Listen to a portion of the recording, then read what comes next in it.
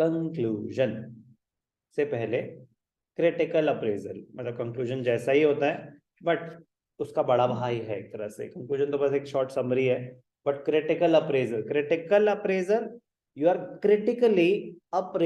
critically appraising मतलब you're not just talking about the good points, the failures as well, कि क्या अच्छा हुआ क्या बुरा हुआ सब बताएं। कह रहे इंडिया गेन इंडिपेंडेंस तो बड़े ही एग्रेसिव थे, तो उन्होंने 5 ईयर प्लानिंग कमीशन बहुत सारे स्टेप्स लिए। how far were they successful? The achievements of India's industrial sector during the first 7 plans are impressive indeed. Agricultural sector हो गया, अभी industrial sector का appraisal है. The proportion of GDP contributed by the industrial sector increased in the period from 11.8% in 1950 to 24.6% in 1991. More than doubled. Agricultural sector का contribution गिरा था. This rise in industry's share of GDP is an important indicator of development. The 6% annual growth rate of the industrial sector during the period is also admirable.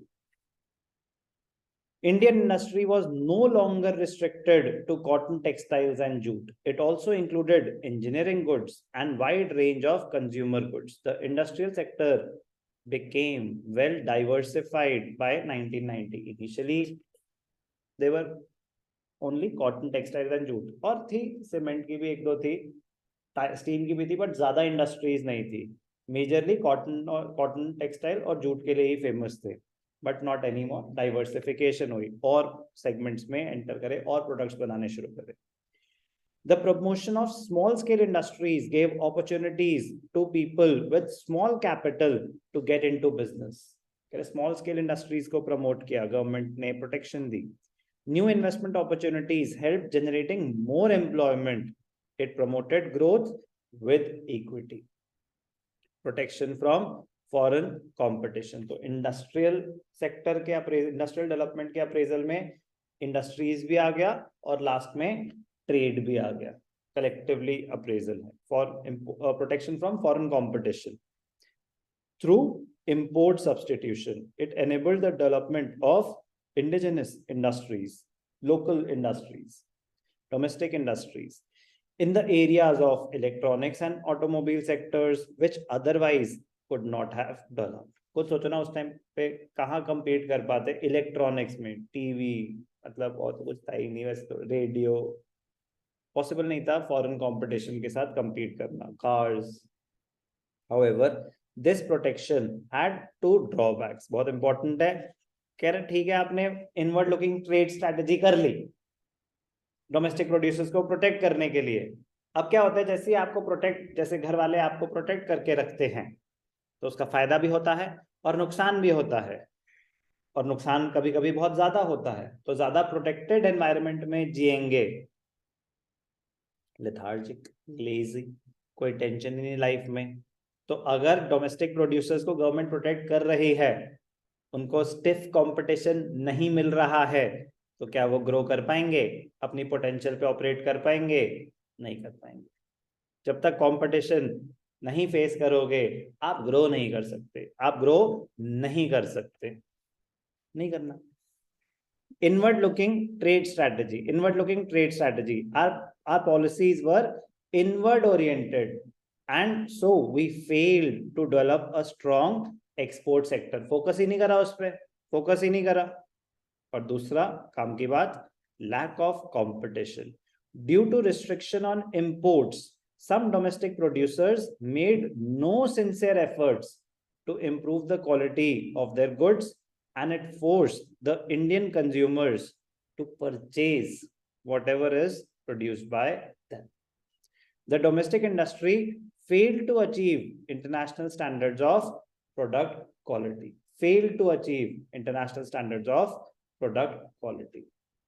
कोई competition ही नहीं था तो कोई डर नहीं था।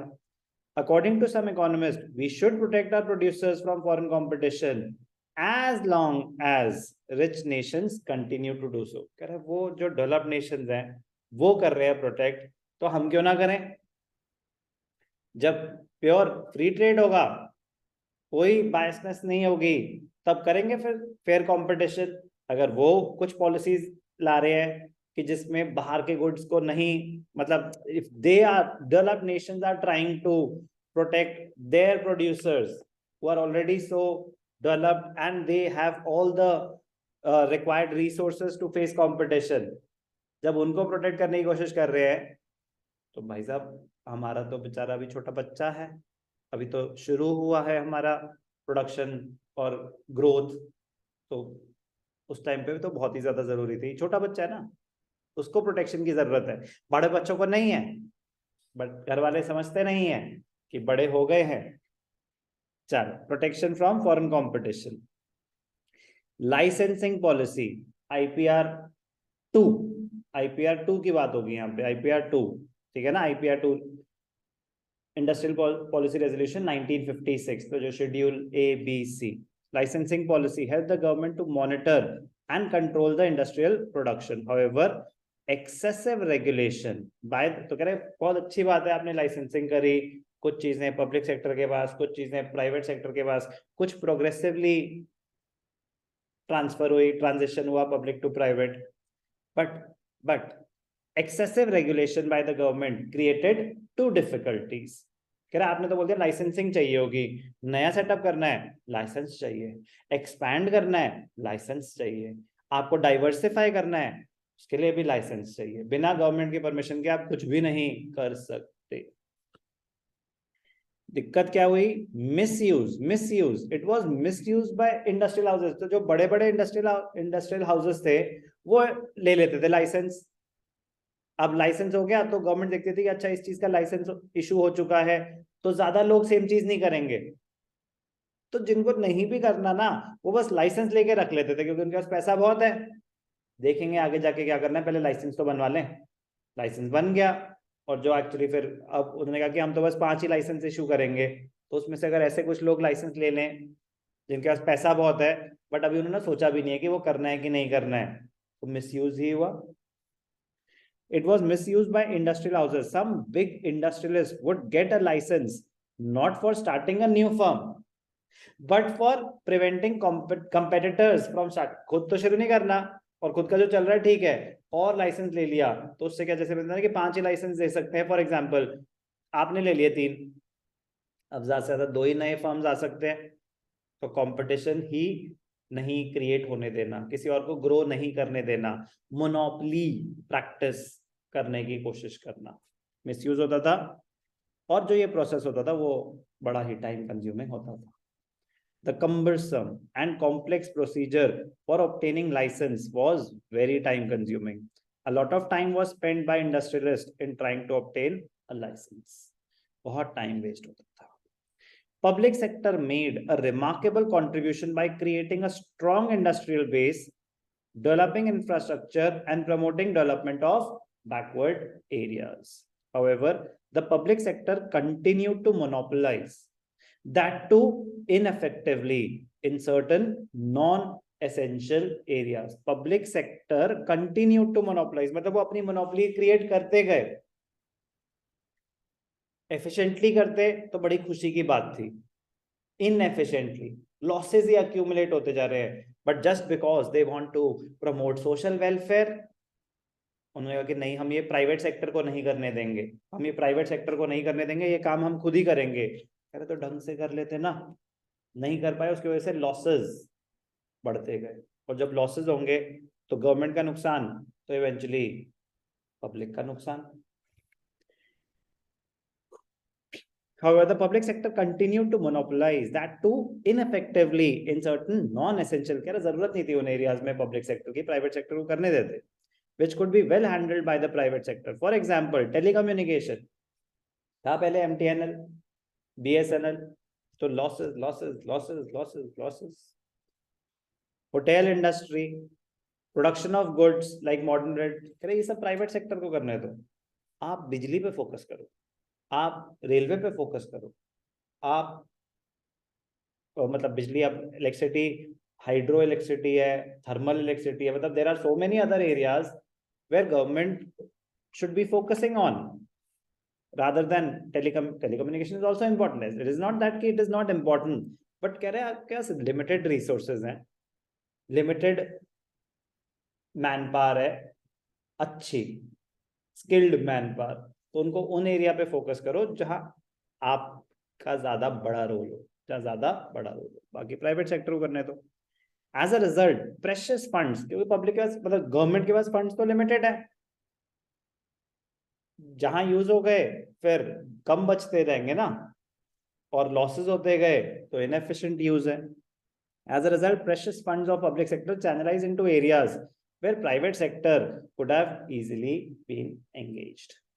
Many public sector firms also incurred huge losses, but continued to function because of difficulty in closing a government undertaking. Government undertaking close करना इतना आसान नहीं होता था, क्योंकि गवर्नमेंट प्रॉफिट मोटिव के लिए थोड़ी ना काम कर रही है, तो लॉस होना कोई रीजन नहीं हो सकता आपकी बंद करो। अरे भैया गवर्नमेंट अंडरटेकिंग बंद हुई तो जो इतने सारे लोगों की जॉब्स हैं, एम्प्लॉयमेंट क्रिएट करनी थी ना हमने, तो हो रहा है लॉस हो रहा है, कोई बात नहीं, तो बहुत मुश्किल होता है गवर्नमेंट अंडरटेकिंग को बंद करना। The monopoly of public sector in such non essential areas was criticized by many scholars. According to them, the role of public sector should be limited to strategic areas like defense कह रहे वो किसी और को हम नहीं दे सकते, तो पब्लिक एडमिनिस्ट्रेशन, डिफेंस, इन सब चीजों पे गवर्नमेंट को ही फोकस करना चाहिए, and private sector should be given the opportunity for non essential areas. According to some कह रहे कि यार public sector government, according to some economist public sector is not meant for earning profits, तो क्या हो गया अगर उनके लॉसेस हो रहे हैं? Their purpose is to promote the welfare of the nation, so they should be evaluated on the basis of their contribution to the welfare and not on the basis of profits they earn. कह रहे but losses की भी तो एक limit है, क्योंकि जितने सारे लॉसेस होंगे वो सब उनका बर्डन पब्लिक पे शिफ्ट होगा ही होगा, गवर्नमेंट उतने टैक्सेस बढ़ाती जाएगी, कहीं से तो उनको जनरेट करने हैं रेवेन्यू।